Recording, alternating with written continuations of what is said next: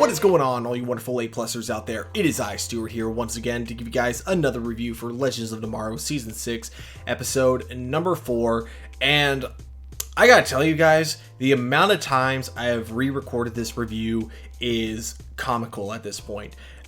This is literally my 6th, that's right, you counted that correctly, 6th attempt to review this episode. And the first 3 tries were all failures because I just didn't know how to talk about this episode because it was just such a lazily done episode. It failed in every single aspect, just like the previous episode. The only thing that this episode had going for it compared to the previous episode is that at least, even though a lot of the characters act very much out of character, it wasn't to the point where I wanted to rip my hair out because of how completely uncharacteristic everything everyone did was. So it wasn't quite to that extent in terms of character, but in terms of plot relevance, in other words, how smoothly the plot floated, yeah, it was a complete failure. There is a saying from Matt Stone and Trey Parker that comedy should have a reason behind it. It should be, this happens because this happens because this happens. Whereas Legends, this episode in particular just happens to be, this happens and then this happens and then this happens. And yeah, there is a narrative reason for these certain things to happen. Really, the only reason they get to these points is because you have so many characters doing things that they just wouldn't normally do because the writers just really want to get from point A to point B and they don't care about how they get there. They just want to get there. So that was my struggle with the first 3 reviews, is I didn't know how to really articulate this properly, and I think it was because what I tried to do is review it from beginning to end, the same way I usually do my reviews, where I give a brief synopsis of how I feel about the episode. I talk about the episode scene by scene, and then I give my thoughts on characters, my final thoughts, all at the end, right? And I was trying to do that with my first 3 reviews, and they came out just completely disastrous, so I just deleted all of them. And then for my 4th review, I finally figured out what I wanted to say and how I wanted to say it, and I had audio issues as I was playing it back. I realized what I think happened is that I was recording both through my Yeti mic and through my webcam, so the audio ended up having this really bad echo, so I ended up having to delete it.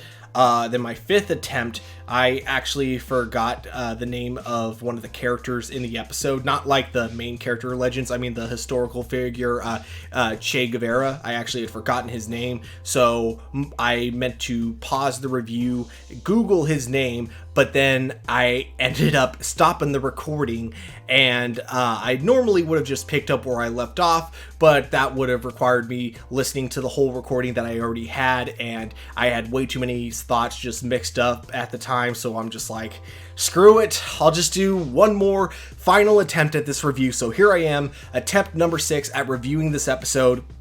And I think it's safe to say that I put more effort into figuring out how to review this episode than the writers put into actually writing it. And in that sense, I kind of feel like, congratulations writers, you won, you broke me. I don't know if that was your intention, but I think this episode kind of broke me, and it's too bad because, like I've mentioned before, I feel like season 5 was when Legends finally figured out, kind of how to have their cake and eat it too. They figured out how to be the show that they clearly have wanted to be since season 4, but they figured out how to include the good writing that is kind of expected when it comes to television. They want their show to be this fun adventure comedy series where it's kind of tied to the Arrowverse, but not really. They really just want it to kind of stand on its own, which is totally fine. But in doing so, it's almost like they have this weird idea that comedy equals less effort, and that's just not the case. It failed in season 4, and now it's failing here in season 6 with these last 2 episodes. So really, it reminds me of an Erickson video I was watching of his. I think he was reviewing last week's episode because I wanted to see what other people thought of it. And he was saying that, Legends is a really hard show for him to review because he doesn't know what to review it as. Is it a sci-fi show? Is it a superhero show? Is it a comedy? What aspect am I supposed to be reviewing this show on? And, at this point, I think they want to be a comedy, and that's fine. If you want to be a comedy, that is totally fine, and I'm going to review the show as if it were a comedy. And it fails in that aspect because I got 2 laughs, and they weren't like laugh out louds. They were just like, huh, that's pretty funny kind of moments in the entire episode. And one of those moments completely required a character doing a complete 180 on their character for it to make sense.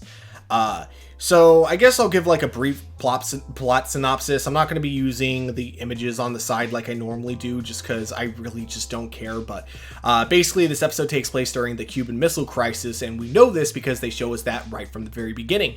And then we cut to Mick, who wants to lead this mission because he believes that the alien that has appeared in this timeline is connected to the alien that has kidnapped Sara Lance. And it might be the same alien that kidnapped Sara Lance, but they don't confirm it because we know it's a female alien, and I think they're trying to lead us into believing it's the same alien, but that wouldn't make sense because Sara kicked that alien out of the ship, and that alien wasn't in a pod, whereas we see this alien is in a pod when it crash lands. So I don't think it's the same alien that actually kidnapped Sara. I think this alien was also a prisoner, it just happened to be the same species. I guess it's hard to say because all these, all of Gary's species, whatever these alien types are called, I guess they all just look too much alike, and I hope I don't get canceled for saying that. But with that being said, one big thing that happens is they go to the Cuban Missile Crisis, and they apparently don't know when or where they're in. They don't even survey their surroundings because they just go in guns blazing, being shot at by soldiers like all around, and yet somehow all of them make it out just fine. And they open this crate because for some reason they assume the alien is in this crate, even though they have absolutely no reason to know for sure. And they open it up and they discover there's a nuke, and that's how they find out they're in the Cuban Missile Crisis, because no one thought to do research of when they're at. There was even kind of a joke about that where, one of the characters asked, why don't we just go back an hour earlier so we can better prepare? And Zari's like, oh, we don't ask those kind of questions on this show, except for they have. And they do address this kind of things before. In fact, even in the previous episode, we saw the result of what happens before they saved the world from the alien in the previous episode. They saw that the alien was an assassin and tried to kill the marshmallow mascot thing. And they clearly went back in time to prevent that. So clearly this is something they address on the show multiple times, but we have to have that fourth wall breaking joke. So who cares if it makes sense or not, and that's this episode. They need a joke to be told in this episode, and they find a way to put it in there, even if it makes no sense to the story, and that's not good comedy. All right, this show wants to be like the Guardians of the Galaxy of the Arrowverse, or like the Deadpool of the Arrowverse, but I think they tend to forget that those shows actually do take, those movies, actually take a lot of effort to write the comedy for it. Comedy doesn't really come like natural for everyone, and unfortunately that includes the writers of the show, because another plot we have is Nate using football metaphors with JFK in order to convince him not to set a nuke. How does he get a job working for JFK? Well, I guess he went to Harvard, so they literally just let him walk into the White House and hang out with the president and all of his advisors because he went to Harvard.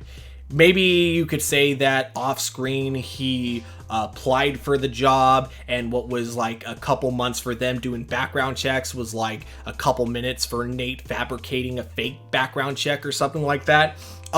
Which would have been funny. A lot of this these ideas could have been funny, except for they don't address them, they don't explore them. And for a comedy, it's failing in that aspect. And then we look at JFK himself, the actor playing him. No, I don't think I've seen this guy in other things, and I feel bad, critiquing him for this being his only performance. But he was a terrible JFK.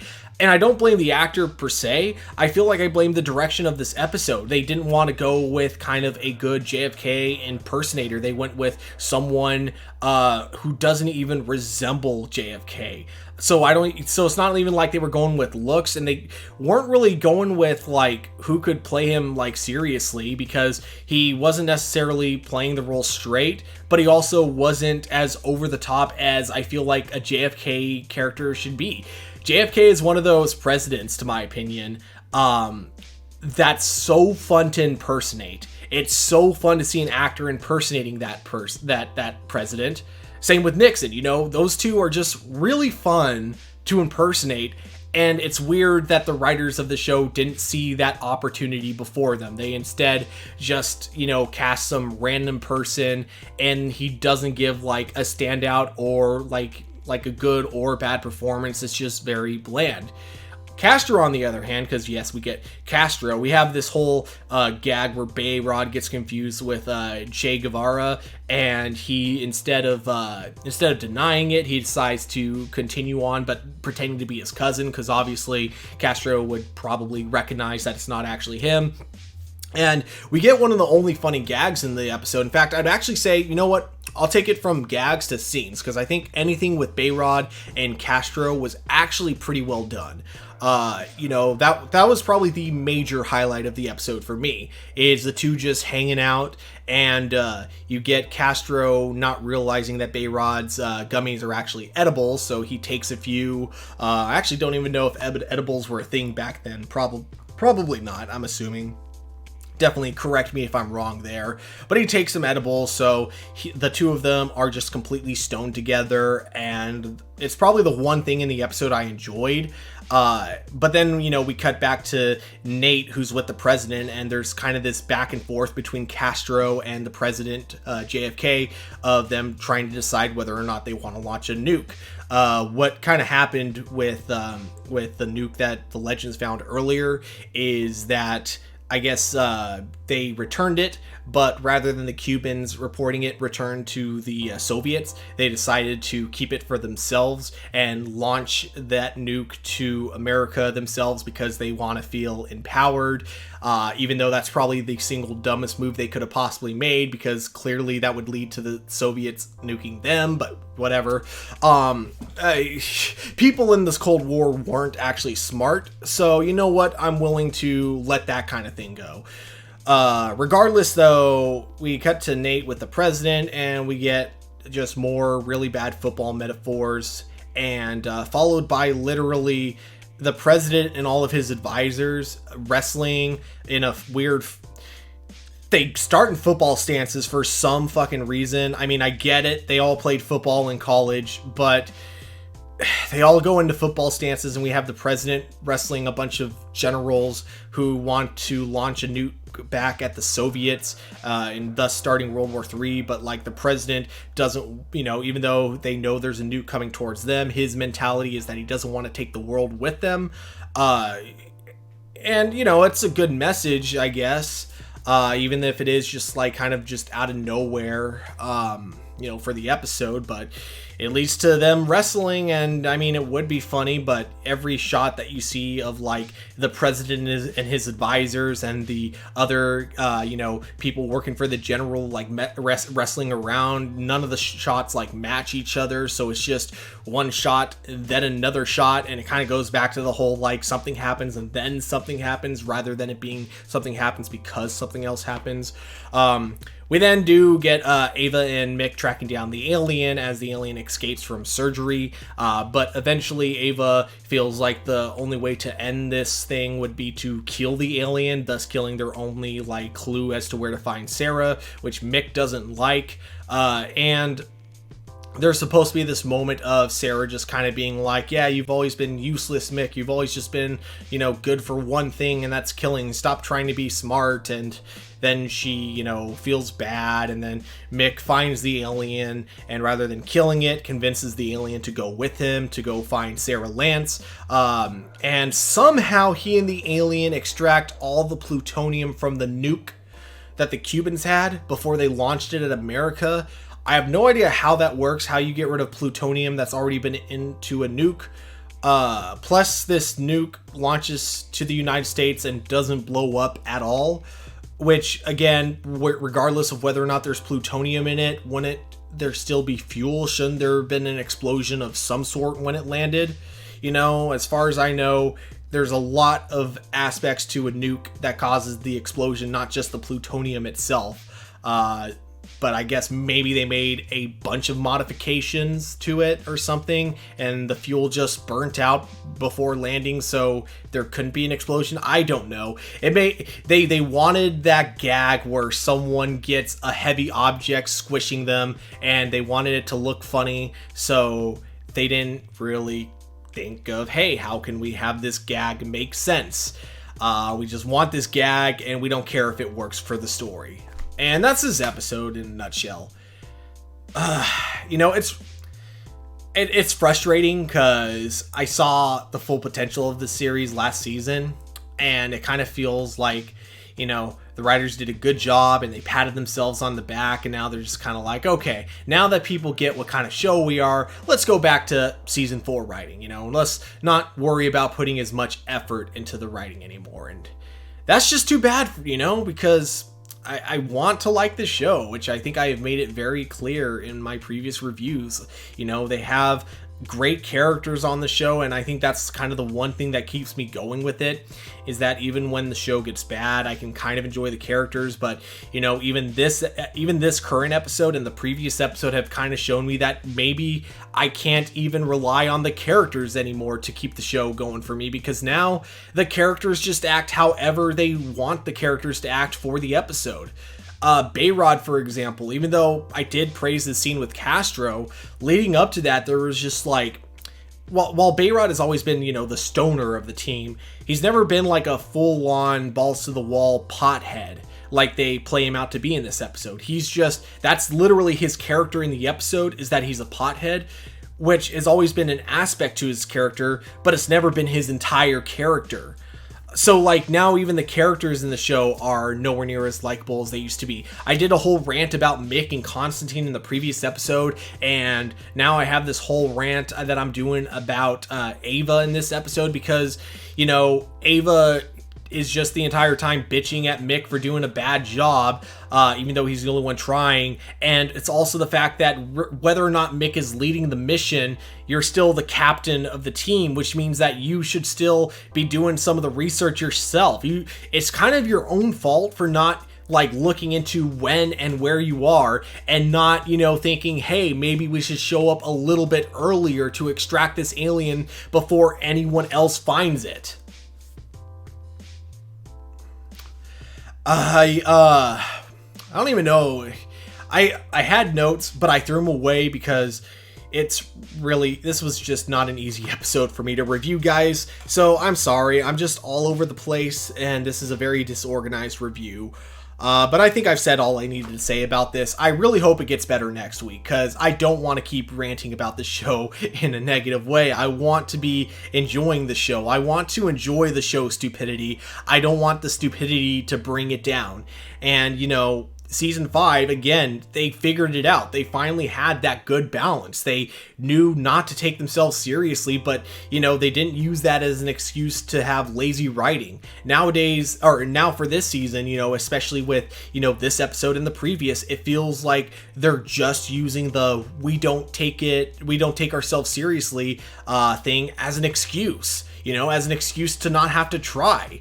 And that's just, to me, that's kind of selfish and unfair, because there are plenty of people that wish they could have your position right now. They wish that they could be writing a show involving characters that they were attached to, whether it be from the comic books or whether it be from your own universe. Like maybe someone really enjoyed Arrow and so therefore always really enjoyed Sara Lance's character, and then someone else really liked The Flash and always enjoyed Heatwave's character. There's plenty of people that would love to write, you know, for a show like this, and that would put a lot of heart and effort into it. And so when you kind of just are going through the motions with your writing, not really caring about consistency, that's kind of a big insult to those people, is all I'm saying. So I really hope this show gets better, because again, like I said, I don't like hating on it. I really want to enjoy the show. So I'm going to hold out for like another few episodes. But if this doesn't improve by episode 8, I'm just gonna say that I'm probably done with the season then, unfortunately, and that's too bad because I really don't want to be done with this season. But guys, you know what? At the end of the day, these are just my A+ opinions. We here at A+ Opinions want to know what you guys think. So if you guys enjoyed this episode, definitely let me know. But of course, you definitely need to let me know why, because I'm still baffled that the show has a following.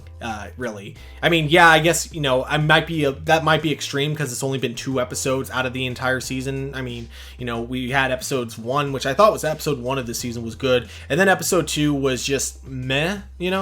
It's just that, yeah, these last 2 episodes have just been so bad, and it's kind of baffling to me. So I really hope to see the show improve, though. But yeah, like I said, those are just my A+ opinions, and we here at A+ Opinions always want to know what you guys think. So definitely let me know in the comments below if you guys enjoyed this episode, and if you did, let me know why. Be sure to hit that like button, subscribe to our channel. But guys, of course, as always, keep it A+.